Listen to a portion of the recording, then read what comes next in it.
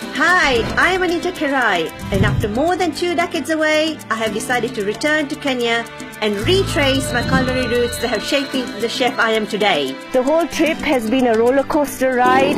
The streets that I used to roam around, my house. I can see the pomegranate tree that I planted. Follow me as I explore my Indian and Kenyan heritage and create some truly wonderful dishes. I've cooked with so many people, and my mom always said the best thing you can give somebody is to feed them. We've got a special on the menu today, which I've made. I think I want to have a go at it afterwards. You can try.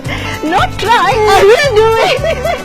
This will cook for 15-20 minutes. You don't have to sit here. You're going to play football with me. Ready?